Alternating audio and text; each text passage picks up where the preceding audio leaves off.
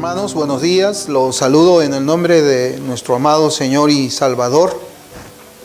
Vamos a comenzar el estudio de nuestra escuela dominical en esta mañana y estamos en el libro de los Hechos. Vamos a abrir en el capítulo 2. Hechos, capítulo 2. Vamos a leer desde el versículo 37 hasta el versículo 42. Hechos 2 del 37 hasta el 42. Hoy día vamos a estudiar hasta el versículo 40 y el versículo 41 y 42 lo vamos a estudiar el domingo que viene, el domingo próximo, con la ayuda del Señor. Esto debido a que el tiempo no nos va a alcanzar para poder escudriñar correctamente la palabra del Señor. Pero vamos a leer todo el pasaje y la escritura dice: al oír esto se compungieron de corazón y dijeron a Pedro y a los otros apóstoles: varones hermanos, ¿qué haremos? Pedro les dijo: arrepentíos y bautícese cada uno de vosotros en el nombre de Jesucristo para perdón de los pecados y recibiréis el don del Espíritu Santo. Porque para vosotros es la promesa y para vuestros hijos y para todos los que están lejos, para cuantos el Señor nuestro Dios llamare. Y con otras muchas palabras testificaba y les exhortaba diciendo: sed salvos de esta perversa generación. Así que los que recibieron su palabra fueron bautizados y se añadieron aquel día como 3,000 personas y perseveraban en la doctrina de los apóstoles, en la comunión unos con otros, en el partimiento del pan y en las oraciones. El Señor bendiga su palabra. Hermanos, es bastante interesante este capítulo 2 que hemos venido nosotros con la ayuda del Señor, hemos venido estudiando. Comenzamos, en este sermón de Pedro en el versículo 14. Y nosotros podíamos saber cómo en la primera parte del sermón el apóstol Pedro estaba haciendo una defensa del derramamiento del Espíritu Santo citando las Escrituras. Era para confrontar esa acusación falsa de que ellos estaban ebrios, como un grupo de judíos había acusado a la iglesia del Señor. Y luego nosotros comenzamos a ver también la segunda parte de este sermón que el apóstol estaba predicando. Era desde el versículo 22 hasta el versículo 36. Es la cristología que el apóstol Pedro también había defendido. La identidad de Jesús, el Nazareno, como el Cristo, el Mesías. Y estábamos viendo nosotros pues cómo es que él había aplicado la escritura del Antiguo Testamento de una manera pues maravillosa. Espiritualmente él había sido guiado por el Santo Espíritu de Dios. Las palabras que él está hablando aquí son palabras que están inspiradas por el Espíritu Santo. Y en esta oportunidad nosotros vamos a observar los efectos de la predicación del Evangelio. Los efectos de la predicación del Evangelio. Y vemos pues que Pedro ha predicado haciendo una confrontación directa a sus oyentes acerca de la maldad de sus corazones, de la maldad de sus pensamientos, de la maldad de sus actos. Es decir, había predicado acerca del estado caído y la necesidad de cada alma, la necesidad de cada ser humano. Y es importante, hermanos, que nosotros tengamos presente un versículo que también ya lo habíamos leído nosotros que está en este discurso del apóstol Pedro. Recordemos que previamente a la exposición del Cristo Salvador, el apóstol ya les iba hablando de un Salvador, del verdadero y único Salvador, Jesús el Nazareno. Por eso es que en Hechos 2:21 nosotros leemos que Pedro dice: y todo aquel que invocare el nombre del Señor será salvo.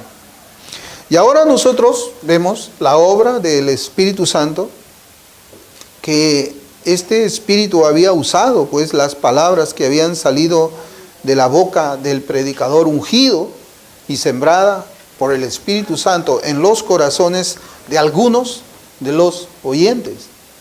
De algunos de los oyentes, ¿no? Vemos en el versículo 37, que es donde nosotros hemos comenzado nuestra lectura, dice: al oír esto, se compungieron de corazón y dijeron a Pedro y a los otros apóstoles: varones hermanos, ¿qué haremos? Ese es el primer efecto de la predicación del Evangelio. Y es bastante clara la forma de las palabras que el Espíritu Santo está usando ahora para describir lo que estaba haciendo Él, el Santo Espíritu de Dios, en aquel momento. En ese momento Él estaba salvando pecadores, hermanos. Este es un sermón evangelístico, el primer sermón evangelístico de la iglesia primitiva, la primera iglesia que estaba compuesta por judíos. Estaba siendo predicado el Evangelio a los judíos y el Señor estaba salvando a los judíos. Los judíos primeramente son salvados, como nosotros vemos que también Pablo habla en el libro de los Romanos. Dios está salvando pecadores y la descripción que nosotros vemos aquí en la palabra de Dios, la descripción que Dios trae acerca de lo que está sucediendo en ese momento, en este versículo 37 que hemos leído, es bastante fuerte, es muy importante. Y yo quisiera traerles las traducciones de otras versiones de las Escrituras, para tener una idea cómo es que se usa estas palabras griegas traducidas al español. Por ejemplo, la Biblia al Día dice: cuando oyeron esto, todos se sintieron profundamente conmovidos. La versión Castellana dice: al oír esto, se dolieron de corazón. La versión Dios habla hoy dice: cuando los allí reunidos oyeron esto, se afligieron profundamente. Y la versión Kadosh dice: al oír esto, fue como punzarles el corazón. Son palabras fuertes. Es una descripción de un momento de crisis en la persona. Ellos, no podemos explicar, hermanos, por eso es que yo estaba trayendo aquí todas estas diferentes traducciones, pero no podemos explicar con palabras exactas qué cosa era lo que ellos profundamente estaban sintiendo en su corazón después que escucharon el Evangelio. No podemos expresarlo. Y hay muchas otras traducciones más. Pero acá lo que vemos nosotros, que la Escritura habla, es de punzar el corazón. Afligir, entendemos lo que es estar afligido. Pero no es una aflicción cualquiera, dice una aflicción profunda. Un dolor de corazón, una conmoción interna profunda. Y pues la versión Reina Valera 60 dice de que se compungieron de corazón, se compungieron de corazón. Yo hermanos, yo me hice una pregunta que también quiero hacerle a ustedes. ¿Ha sentido usted estas emociones antes o durante o al inicio de su experiencia de conversión? ¿Ha sentido usted eso? ¿Ha sentido usted eso? Porque los corazones de ellos fueron perforados, atravesados, punzados. Esa palabra griega se puede traducir como taladrados. Si usted va a un diccionario griego, esa palabra se puede usar como taladrado. Ha sido su corazón taladrado por el Espíritu Santo cuando obró convicción de pecado en usted al inicio de su conversión. Esa palabra griega es katanuso, y que metafóricamente significa un dolor violento en la mente, agitado con vehemencia habla de la emoción del dolor, es lo que dice el diccionario Thayer. Jonathan Edwards, hermano, escribió en su libro, ese libro que trata de las emociones, los afectos religiosos, él escribió lo siguiente. Él dijo: el temor del infierno y una convicción de pecado en la conciencia son dos cosas diferentes.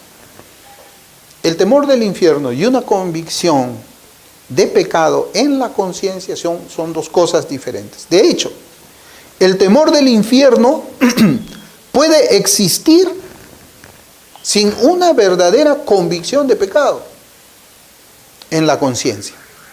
Algunas personas pueden ver que el infierno se abre, lleno de llamas y demonios para tragárselas.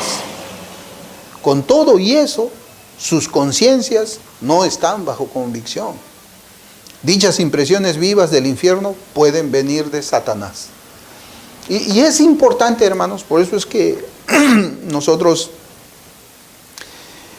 debemos con la ayuda del Señor, observar qué cosa es lo que estaba sucediendo en ese momento, en ese versículo 37, en esa audiencia que había escuchado ese mensaje.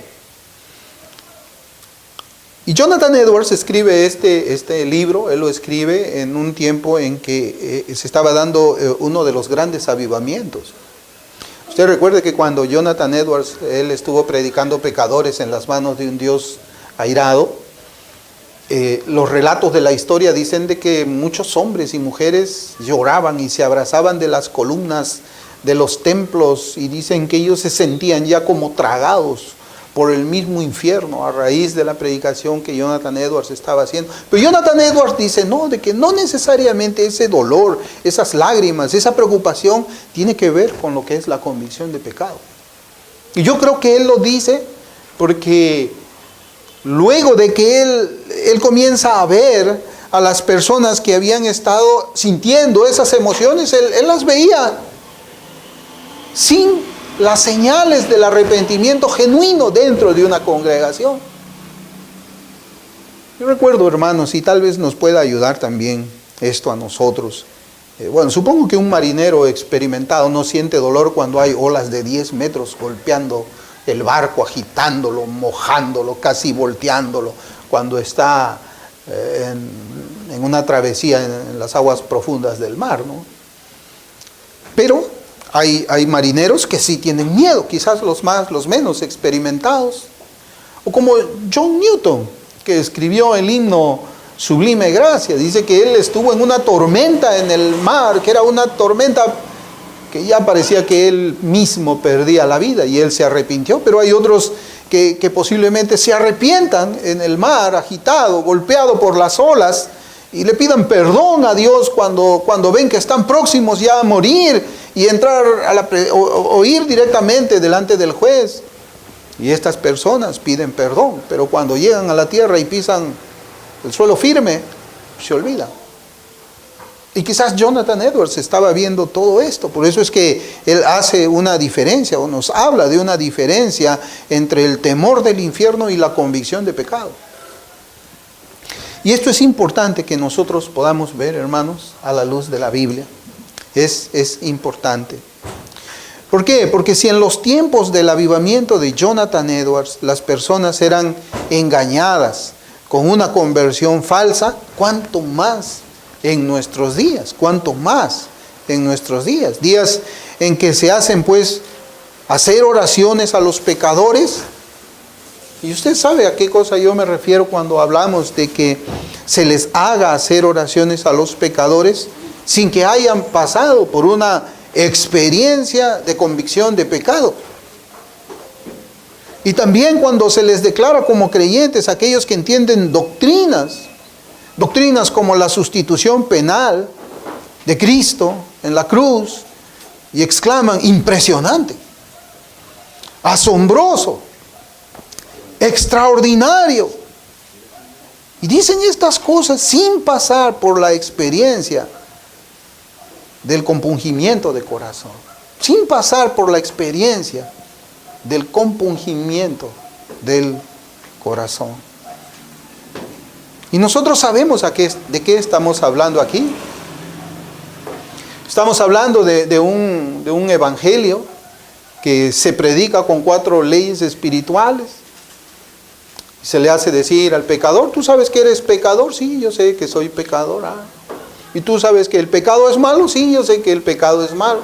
¿Y tú sabes de que el pecado te puede mandar al infierno? Sí, yo sé que el pecado me puede mandar al infierno. ¿Y tú quieres ir al infierno? No, yo no quiero ir al infierno. ¿Quieres hacer esta oración conmigo? Sí, quiero orar contigo. Le hacen la oración y después lo declaran como. Lo declaran como hijo de Dios. Lo declaran como creyente. Sin haber pasado por la experiencia que nosotros vemos aquí en Hechos 2:37. Estos judíos dicen que al oír esto, o sea, al oír el evangelio, al oír cómo había sido expuesta la maldad de sus corazones, ellos se compungieron de corazón. Sintieron una punzada en su corazón. Su corazón fue taladrado. Y esa preocupación, esa inquietud, ese dolor, esa aflicción, esa crisis, los lleva a ellos a preguntar, ¿qué haré? ¿Cómo podemos hacer, hermanos judíos? Y por otro lado está, pues, si eso es la regeneración decisionista, también está la regeneración doctrinal. La regeneración doctrinal es, pues, ni siquiera a veces predicar el evangelio. La regeneración doctrinal es, ¿tú crees estas doctrinas? ¿Entiendes estas doctrinas? Como decía Robert Sandeman, salió el sandemanianismo de allí. ¿Tú crees que Dios es soberano en la salvación? ¿Tú crees en la sustitución penal? ¿Tú sabes de que Cristo fue a la cruz y te sustituyó a ti? Wow, asombroso, es algo, wow, que... Sí, yo creo eso, ya lo entiendo bien todo eso. Entonces ahora eres salvo. Pero ¿y dónde está esa experiencia que nosotros vemos? ¿Dónde está esa conmoción profunda? ¿Dónde está ese dolor de corazón? No existe tampoco. Simplemente ahora, pues en lugar de hacerle una oración, se le dice, bueno, ya sabes doctrina, ya eres salvo. Pero nosotros vemos, hermano, en este contexto que hemos leído, que el Espíritu Santo convenció a aquellos primeros creyentes judíos de todos los pecados que ellos habían cometido cuando mataron al Cristo. La confabulación en las tinieblas, la compra de testigos falsos, las mentiras, las infamias, la traición, la presión que ellos hicieron a Pilato para que lo crucifique al justo, hasta hacer que los romanos lo maten a Cristo en la cruz. Cuando ellos vieron todo eso y lo entendieron espiritualmente, no intelectualmente, porque intelectualmente esto es distinto a comprenderlo espiritualmente, cuando ellos lo vieron así, se dolieron de corazón. Cuando ellos se vieron pecadores y al Dios santo y justo, ellos se dolieron, se compungieron, su corazón fue taladrado. Comenzaron ellos a sentir lo que es la convicción de pecado.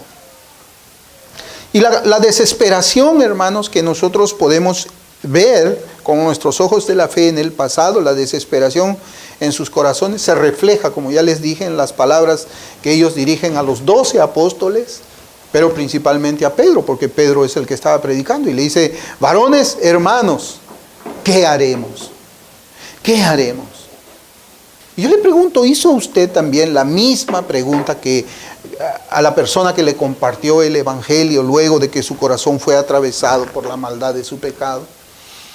Usted también le preguntó a esa persona o a ese predicador o a ese hermano que llegó a conocer a usted y le presentó el evangelio, y después que el Espíritu Santo causó convicción, usted le preguntó a esa persona y le dijo, hermano, ¿qué puedo hacer? Hermano, ¿qué puedo hacer para ser salvo? Le preguntó usted, así como nosotros vemos esa reacción. Es tremendo, hermanos, lo que vemos acá. ¿Cómo puedo hacer yo para tener a Cristo igual que tú? ¿Cómo puedo hacer yo para tener esa salvación que tú tienes? No sé, no entiendo. Yo ya entendí que he pecado.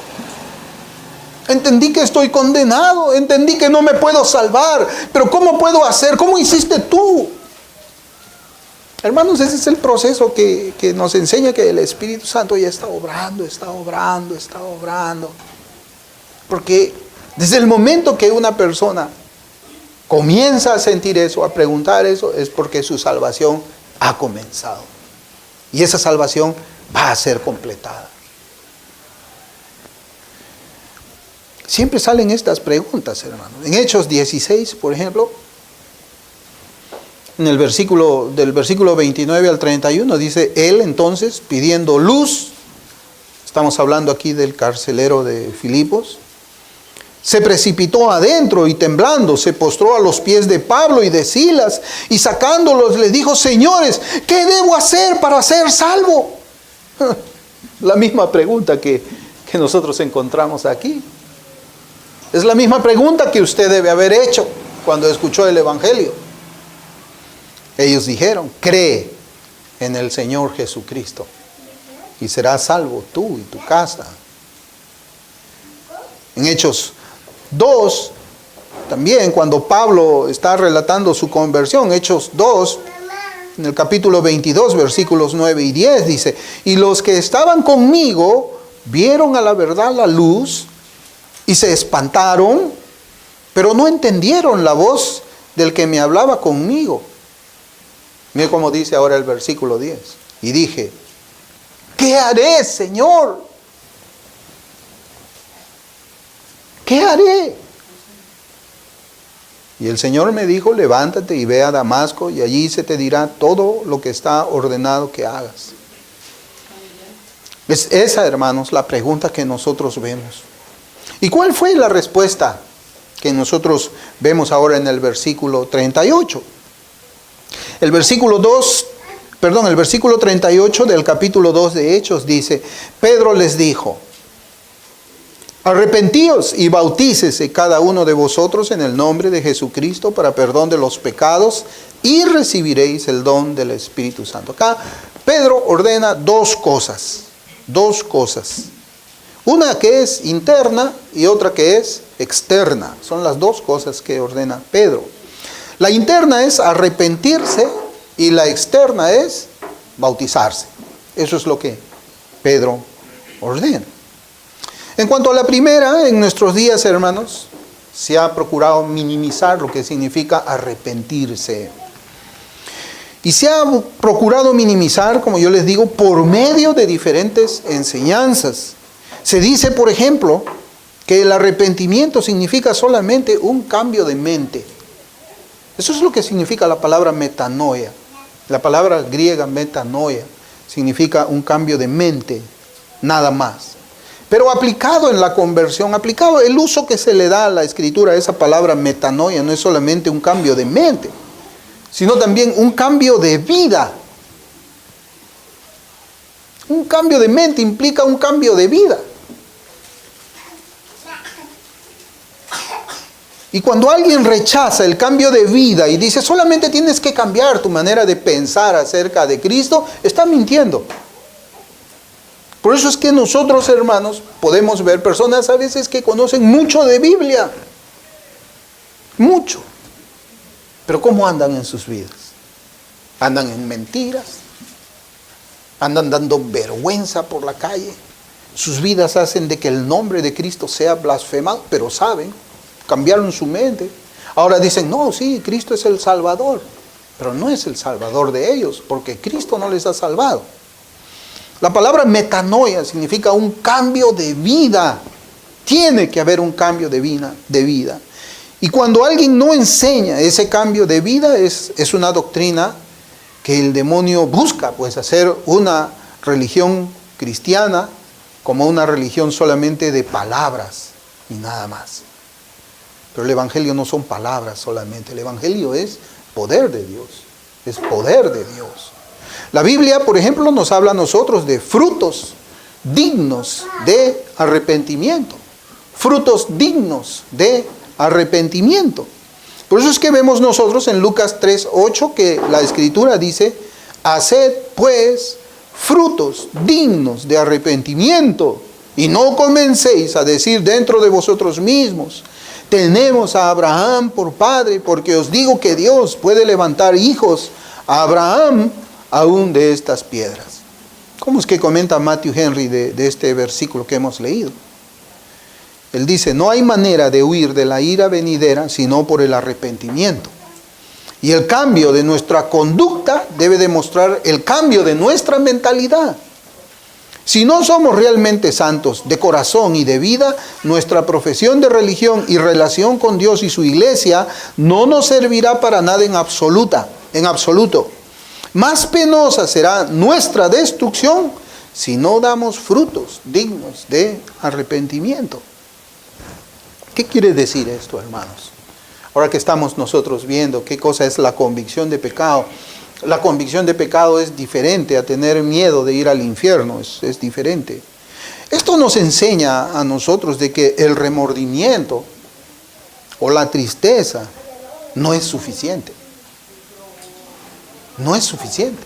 Ningún pastor, ningún teólogo, ningún maestro del pasado dijo que aquello es suficiente. Basta con que tú llores un rato o que tú sientas que has pecado contra Dios. No, eso ya es una prueba suficiente.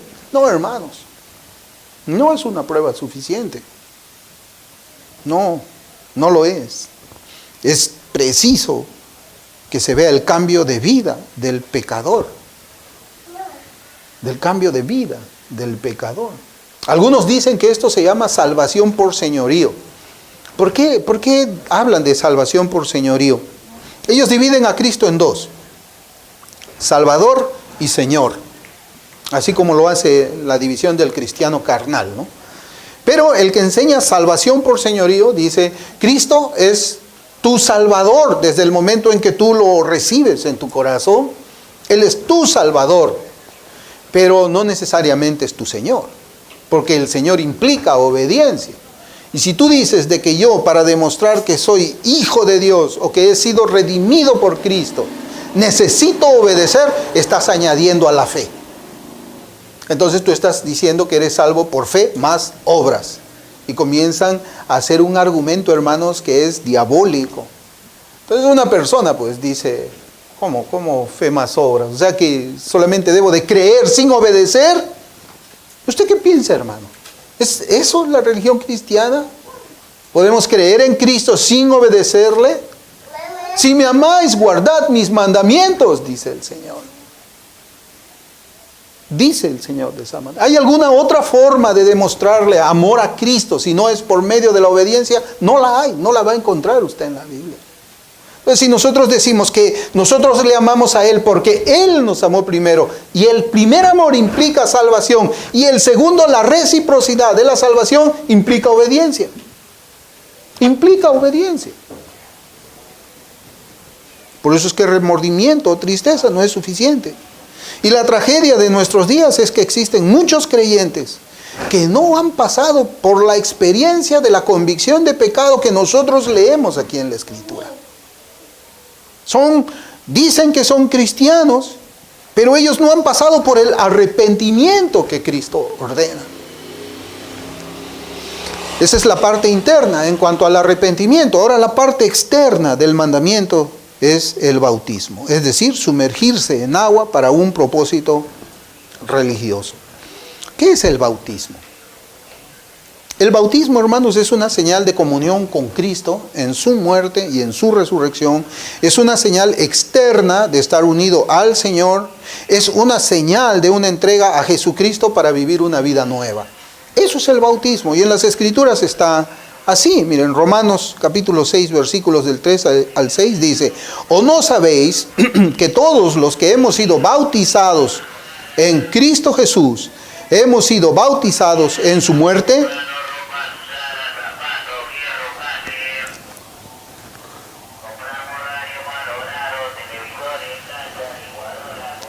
¿O no sabéis que todos los que hemos sido bautizados en Cristo Jesús, hemos sido bautizados en su muerte? Porque somos sepultados juntamente con Él para muerte por el bautismo, a fin de que como Cristo resucitó de los muertos por la gloria del Padre, así también nosotros andemos en vida nueva. Porque si fuimos plantados juntamente con Él en la semejanza de su muerte, así también lo seremos en la de su resurrección. Acá lo enseña claramente. Colosenses 2:12 dice, sepultados con Él en el bautismo, en el cual fuisteis también resucitados con Él mediante la fe en el poder de Dios que le levantó de los muertos. Hermanos, muchas conversiones de nuestros días carecen de los aspectos emotivos y de crisis que nosotros observamos en las páginas de la Biblia. Y con todo, ellos son bautizados. Por eso es que es importante, y a veces usted habrá notado de que yo siempre pregunto y digo, ¿no? Cuéntame tu testimonio de conversión. Yo creo que a los hermanos miembros de acá siempre yo les he hecho esa pregunta. A ver, cuéntame tu testimonio de conversión. Hermano, y a veces me ha tocado, y les digo con mucha tristeza, de que han llegado, hermano, y no saben de qué les ha salvado el Señor. Cuéntame tu testimonio, dime de qué te ha salvado Cristo. No saben. No saben, hermanos. No saben. Sin embargo, son bautizados. El bautismo, nosotros vemos que pues es una ordenanza del Señor, pero no necesariamente implica que alguien que se bautiza es salvado. Eso también nosotros tenemos que ver, así como hemos hecho una diferencia entre el miedo al infierno y la convicción de pecado, también tenemos que decir de que no necesariamente toda persona que ha entrado al agua del bautismo es salvo. La demostración la vemos en la Escritura, en Hechos capítulo 8, versículo 13, cuando habla de Simón el mago. ¿Cómo dice la palabra de Dios? Dice, también creyó Simón mismo. Y habiéndose bautizado, estaba siempre con Felipe, y viendo las señales y grandes milagros que se hacían, estaba atónito. Y yo les pregunto, ¿Simón el mago fue salvo? No fue salvo. No fue salvo. Pero dice que creyó. Claro, por eso es que Santiago dice, tú crees que Dios es uno, haces bien. ¿Quién más cree? Los demonios también creen. Entonces hay una fe también que no es una fe genuina. Hay una fe que es una fe como la de los demonios, que creen en Dios, pero tiemblan delante de Él, pero no son salvos. No son salvos. Y dice, este versículo, hermano, que nosotros estamos viendo ahora, dice, bautícese cada uno de vosotros en el nombre de Jesucristo. O sea, el bautismo era individual. No era, vamos a meterlos a todos, los sumergimos a todos y ya están, ¿no? Como un bautismo, no sé. Es individual, cada uno tenía que ser bautizado. Había mucho trabajo ahí en la iglesia, con muchas conversiones. Pero dice, bautícese cada uno de vosotros en el nombre de Jesucristo. Y aquí hay un problema. Cuando se dice en el nombre de Jesucristo. ¿Y cómo es el demonio, hermanos? Que esta palabrita, en el nombre de Jesucristo, ha dado su origen a muchas sectas falsas. Ahí tiene usted lo solo Jesús. Ahí tiene usted aquellos que niegan la Trinidad. Y dicen, no, pues acá dice que tiene que ser bautizado en el nombre de Jesucristo. Entonces ellos hacen un razonamiento racional, humano en su mente. Y dice, Padre, el Señor dice que lo bautice en el nombre del Padre, del Hijo y del Espíritu Santo. Y aquí la Biblia dice, bautícelo en el nombre de Jesucristo. Significa entonces que el Padre, Hijo, Espíritu Santo es Jesucristo. Entonces Trinidad no existe. No, hermanos. Cuando dice acá en el nombre de Jesucristo, no está dándose una fórmula de bautismo, porque así le llamamos, ¿no? La fórmula de bautismo, dada por el Señor Jesús en el último capítulo del Evangelio según San Mateo. No es una exclusión del Padre y del Espíritu, y tampoco es una negación de la doctrina de la Trinidad, no. Esta forma de las palabras inspiradas por el Espíritu Santo debe de interpretarse haciendo uso de herramientas de interpretación bíblica. ¿Por qué? Porque Pedro no quiere establecer una fórmula diferente a la establecida por el Maestro. ¿Por qué, hermanos? Porque ni el apóstol ni nadie tiene autoridad para cambiar lo que Cristo mismo ordenó.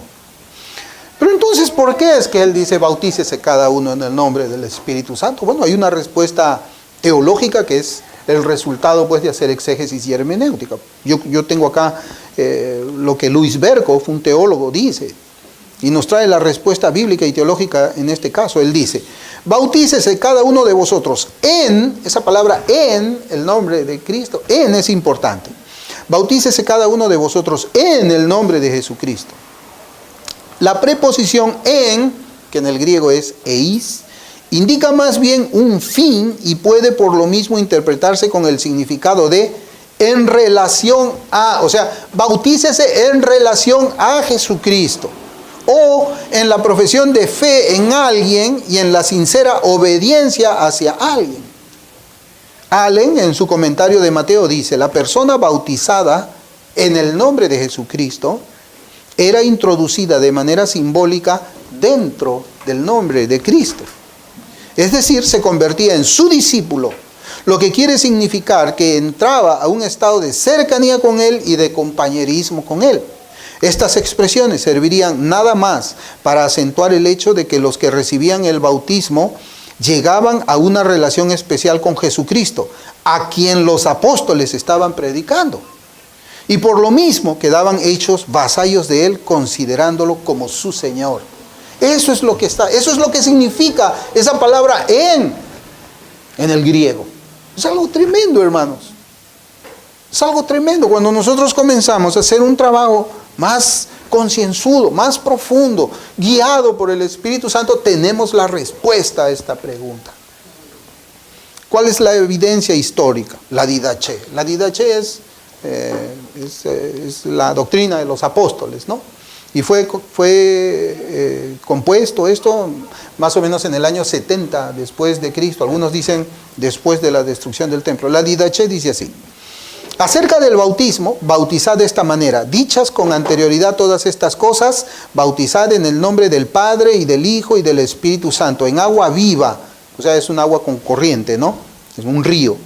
Si no tienes agua viva, bautiza en otra agua. Si no puedes hacerlo con agua fría, hazlo con caliente. Si no tuvieses una ni otra, derrama agua en la cabeza 3 veces en el nombre del Padre y del Hijo y del Espíritu Santo. Antes del bautismo ayunen el bautizante y el bautizado y algunos otros que puedan. Al bautizando, empero, le mandarás ayunar 1 o 2 días antes. Aquí está, la didaché dice que tienes que bautizar en el nombre del Padre, del Hijo y del Espíritu Santo. Es la iglesia primitiva. Justino Mártir, San Justino Mártir, que vivió entre el año 100 y el año 168 después de Cristo. Él dice: luego nos conducimos a un sitio donde hay agua, y por el mismo modo de regeneración con que nosotros fuimos también regenerados, son regenerados ellos. Pues entonces toman en el agua el baño en el nombre de Dios, Padre y soberano del universo, y de nuestro Salvador Jesucristo y del Espíritu Santo. Y es así que Cristo dijo: y si no volviereis a nacer, no entraréis en el reino de los cielos. Acá está. Justino Mártir también bautizaba en el nombre del Padre, del Hijo y del Espíritu Santo. Más atrás, Orígenes. Él vivió en el año 185 hasta el año 254 después de Cristo. Él dijo: así también el bautismo de agua es símbolo de purificación del alma, que lava toda mancha de pecado, sin que por eso deje de ser principio y fuente de los dones divinos para aquel que se entrega a sí mismo al poder divino de las invocaciones de la Trinidad adorable. O sea, él también bautizaba en el nombre de la Trinidad. O sea, hermanos, no hay esto de acá del solo Jesús, de que Cristo, o sea, que no existe la Trinidad y que Dios a veces se manifiesta, como dice Sabeliano, ¿no? Sabelio, o el sabelianismo, dice, a veces Dios se manifiesta como Padre, otras veces se manifiesta como Hijo, otras veces como Espíritu Santo. Es una doctrina que usted tiene que aprender a escuchar cómo es que habla alguien. Usted lo puede sacar dependiendo de cómo es que habla alguien. Una vez, precisamente cuando estaba viniéndome en un taxi con mi esposa, estábamos yéndonos a la casa, seguramente ella se acordará, cuando me estaba hablando el hombre, porque yo le vi que tenía una Biblia ahí en su automóvil, dije: no, este es sabeliano. Él me estaba hablando a mí de que no existe la Trinidad, y le hablé. Y le dije: entonces, ¿tú cómo me explicas el bautismo del Señor? Cuando estaba él saliendo del agua, se oyó una voz del Padre desde el cielo. Y se vio que el Espíritu Santo descendía sobre él. Y él es la segunda persona de la Trinidad. ¿Cómo me explicas tú esto? Terminó insultándome el hombre. Mi esposa se acordará. Terminó insultándome. Pero nosotros vemos de que en ninguna manera, hermanos, acá se está negando la Trinidad. En ninguna manera. Hechos 2:39 dice, porque para vosotros es la promesa. Mire, hay que subrayar. Para vosotros es la promesa y para vuestros hijos. Y para todos los que están lejos, para cuantos el Señor nuestro Dios llamare. Ahí hay varias implicaciones en este versículo. En primer lugar, debemos establecer nosotros por sentado que Dios cumple sus promesas o no cumple sus promesas. Acá está diciendo, habla de una promesa. Para vosotros es la promesa que Dios ha dado, si hacemos un seguimiento. Y para vuestros hijos. Entonces, Dios cumple su promesa. Nadie puede dudar de ello. Ninguno que sea creyente diría que Dios es mentiroso. La promesa es para vosotros. ¿Quiénes son vosotros? Ya hemos visto que no todos los judíos creyeron, sino un grupo grande de judíos. Pero no todos creyeron. 3,000 judíos creyeron allí. ¿Quién es ese vosotros? Bueno, en el contexto el apóstol Pedro habla de la promesa del Espíritu Santo. Esa es la promesa que se habla ahí. En el contexto usted lo ve. Y esta es una promesa que se cumple solamente en ¿quiénes? En los escogidos. Porque el escogido es salvado. Entonces es una promesa para los escogidos. Y dice para vuestros hijos. Para vuestros hijos. Hermanos, la salvación no hay el gen de la salvación. O sea, no hay el ADN de la salvación. No es que dos cristianos se casan y dan a luz la mujer a un cristianito. No es así. Entonces, ¿qué significa para vuestros hijos? Para poder interpretar, hermanos. Acuérdense que ellos estaban desesperados. Esto Pedro lo predica más o menos 50 días después que Cristo había sido sacrificado. O sea, en la mente de ellos estaba vivo el recuerdo. ¿Qué significa esto? ¿Por qué Pedro ahora dice para vuestros hijos? Tenemos que ir a Mateo, capítulo 27, versículos 24 y 26. Dice, viendo Pilato que nada adelantaba, sino que se hacía más alboroto, tomó agua y se lavó las manos delante del pueblo, diciendo, inocente soy yo de la sangre de este justo, allá vosotros. Y respondiendo todo el pueblo dijo, sea su sangre sobre nosotros, ¿y qué más? Y sobre nuestros hijos. Miren cómo hablaron ellos. Sea su sangre, o sea, la sangre de Cristo, sea sobre nosotros y también sobre nuestros hijos. Entonces le soltó a Barrabás y habiendo azotado a Jesús, le entregó para ser crucificado. Hermanos, ellos ya habían pedido que la carga de la culpa sea sobre ellos mismos y sobre sus hijos. Pero Dios afirma por este mensaje que la promesa de salvación será también para los hijos de ellos. ¿Que qué? Que se arrepientan. Que se arrepientan como ellos lo estaban haciendo. Ahí está. Allí está. Entonces, cuando dice sobre vuestros hijos, es como que Pedro les decía, sí, yo escuché cuando ustedes dijeron, no, que la muerte de Cristo sea sobre nosotros y también sobre nuestros hijos. Pero saben, la promesa también, así como ustedes se han arrepentido y la promesa es para ustedes, para vuestros hijos también será la promesa en tanto que ellos se arrepientan. En tanto que ellos se arrepientan. Y evidentemente para que ellos se arrepientan hay que compartirles el Evangelio, hay que hablarles de Cristo. Entonces pues la salvación, como estamos viendo acá, no se traslada de padres a hijos, no existe el gen. Y la entrada al pacto de gracia es por gracia, por medio de la fe. Es por gracia, por medio de la fe. Ahora Hechos 2:40 dice, y con otras muchas palabras testificaba y les exhortaba, diciendo, sed salvos de esta perversa generación. Algunos han intentado usar este versículo para justificar el decisionismo. Dice, ahí está, mira, ahí dice, en otras palabras también le testificaba, ahí le estaba diciendo que hagan su oración. Eso es poner una idea al texto que no está en el texto mismo. Es evidente que lo que Pedro estaba haciendo era una recopilación de todo lo que él había hablado hasta ese momento y había expuesto acerca de Cristo el Salvador. Este versículo dice que Pedro les testificaba y exhortaba. Les testificaba de los hechos y las verdades de la redención en la palabra de Dios, como lo había hecho. Pedro les testificaba de Cristo. Pedro les testificaba el Evangelio.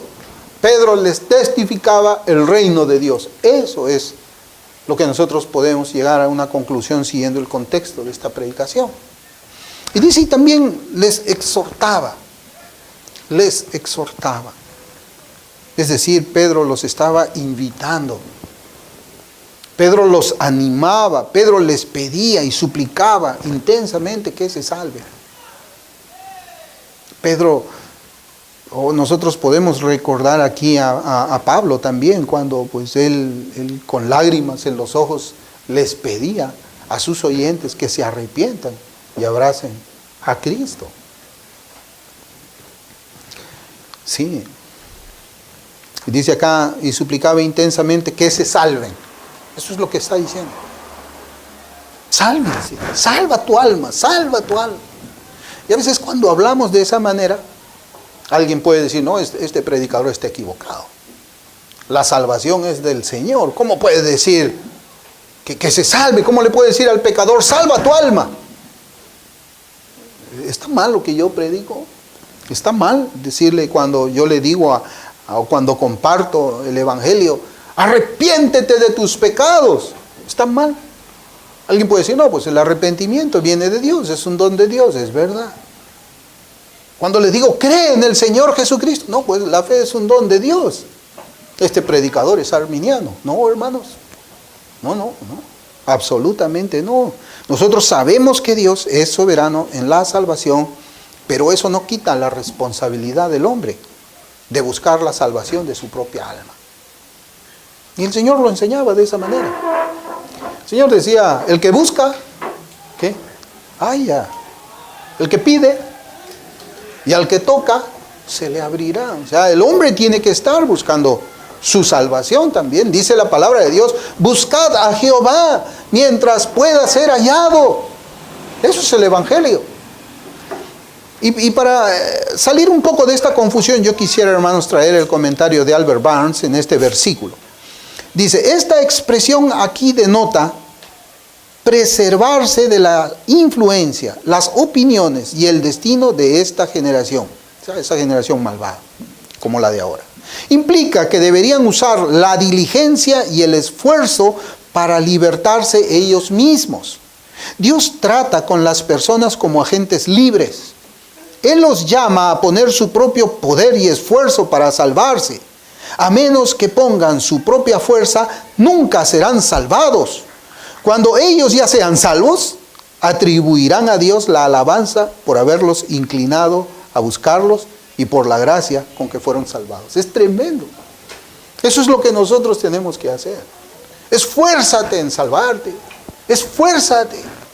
Busca tu salvación. Tienes que hacerlo. Y ya cuando es salvado y entiende que Dios en su soberanía inclinó su corazón, que Dios puso en él el querer como el hacer por su buena voluntad, y por eso buscó a Dios, ahí va a alabar al Señor. Cuando ya es salvado, nunca va a alabar al Señor, ni le va a dar la gloria, ni la honra, mientras está incrédulo. Mientras está incrédulo, tiene la responsabilidad de buscar a Dios. Y después ya le enseñamos cómo es que fue su salvación por medio de las Sagradas Escrituras. Bueno, hermanos, hasta aquí vamos a ver. Nos quedan 2 versículos para la semana próxima. Hechos 2, 41 y 42. Después de que ocurre todo esto, ¿qué es lo que sigue en la palabra de Dios? Dice, así que los que recibieron su palabra fueron bautizados y se añadieron aquel día como 3,000 personas y perseveraban en la doctrina de los apóstoles, en la comunión unos con otros, en el partimiento del pan y en las oraciones. Con la ayuda del Señor, la próxima oportunidad vamos a ver estos 2 versículos. Vamos a orar.